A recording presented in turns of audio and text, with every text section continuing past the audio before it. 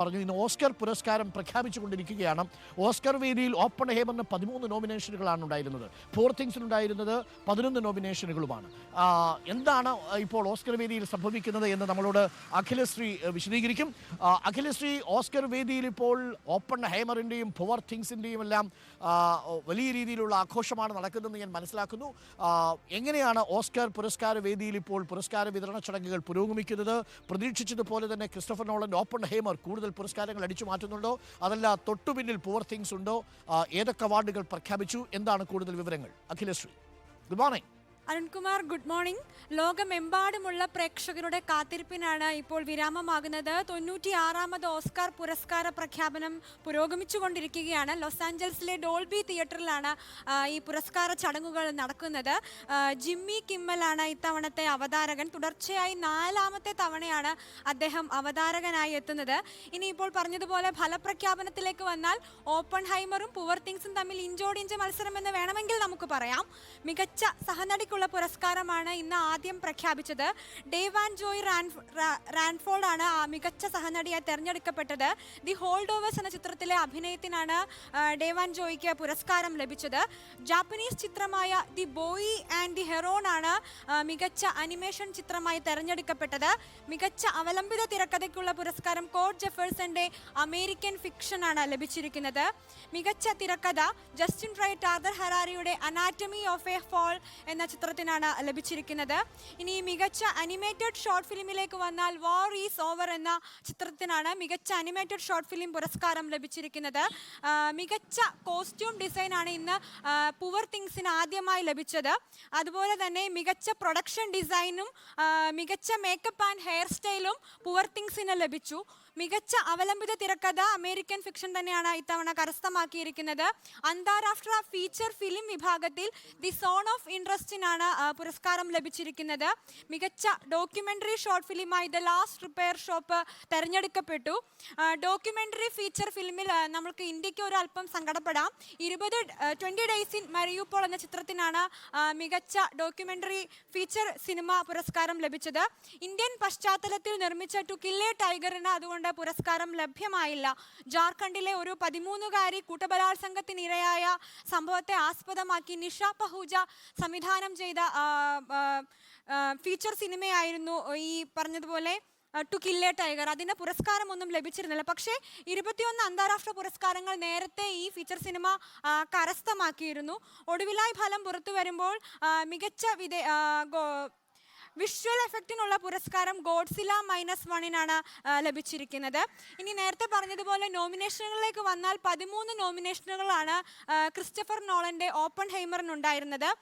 ഇതിൽ 10 എണ്ണം ഇനി അവശേഷിക്കുന്നുള്ളൂ. 3 എണ്ണം ലഭിച്ചു കഴിഞ്ഞു. പുവർ തിങ്സിന് 11ഉം മാർട്ടിൻ സ്കോർസേസിയുടെ കില്ലേഴ്സ് ഓഫ് ദി ഫ്ലവർ മൂണിന് 10 നാമനിർദ്ദേശങ്ങളാണ് ഉണ്ടായിരുന്നത്.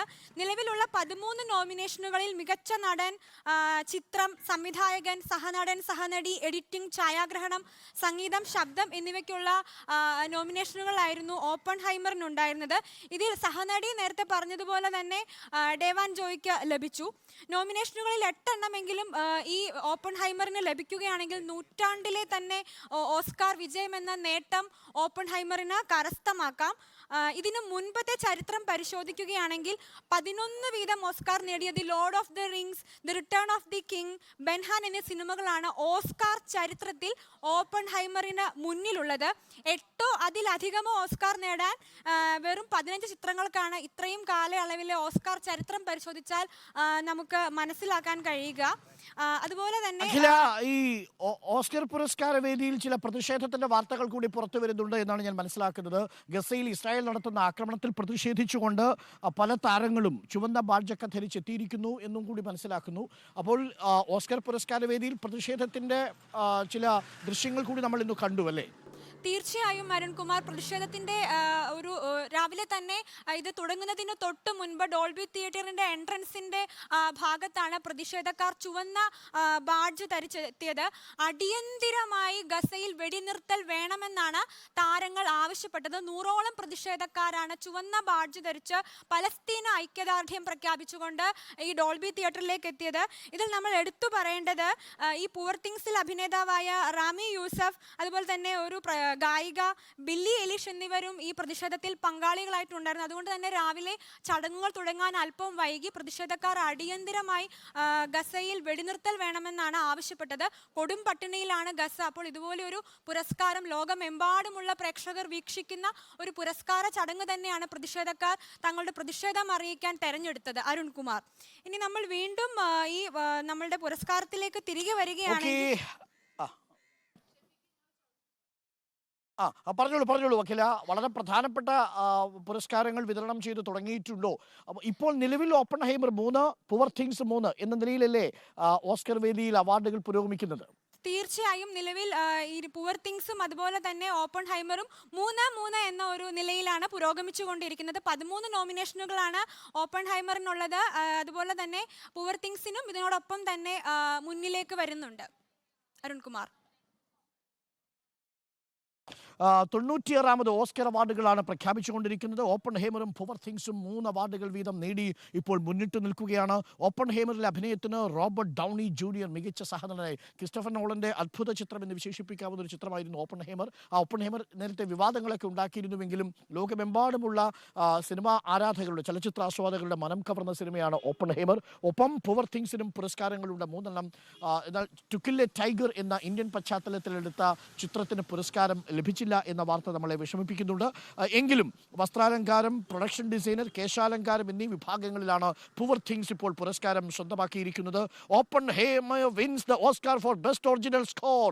4ാം പുരസ്കാരം കിട്ടിയിരിക്കുന്നു ഓപ്പൺഹൈമറിന് എന്ന വാർത്ത കൂടിയാണ്. അഖില, ഇപ്പോൾ ഓപ്പൺഹൈമറിന് 4ാമത്തെ പുരസ്കാരമാണ്. മികച്ച പശ്ചാത്തല സംഗീതത്തിനുള്ള പുരസ്കാരമാണ് നേടിയിരിക്കുന്നത് എന്നാണ് ഞാൻ മനസ്സിലാക്കുന്നത്.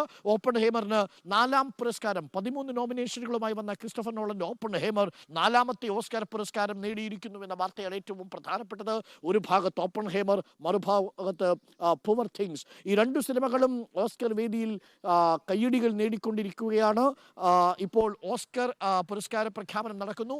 96ാമത് ഓസ്കർ പുരസ്കാര പ്രഖ്യാപനം നടക്കുന്നത് ലോസ് ഏഞ്ചൽസിലെ ഡോൾബി തിയേറ്ററിലാണ്.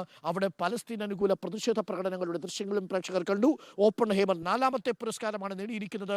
ഒറിജിനൽ സ്കോറിനുള്ള പുരസ്കാരം, മികച്ച പശ്ചാത്തല സംഗീതത്തിനുള്ള പുരസ്കാരം നേടിയിരിക്കുന്നു. Oppenheimer editor is the first female to win in a decade. അതായത് ഓപ്പൺഹൈമറിന് മികച്ച എഡിറ്റർക്കുള്ള പുരസ്കാരം നേടിക്കൊടുത്ത വനിതാ എഡിറ്റർ, ഈ പതിറ്റാണ്ടിൽ ഓസ്കർ പുരസ്കാരം നേടുന്ന ആദ്യത്തെ വനിതാ എഡിറ്ററാണ് എന്ന പ്രത്യേകത കൂടിയുണ്ട്.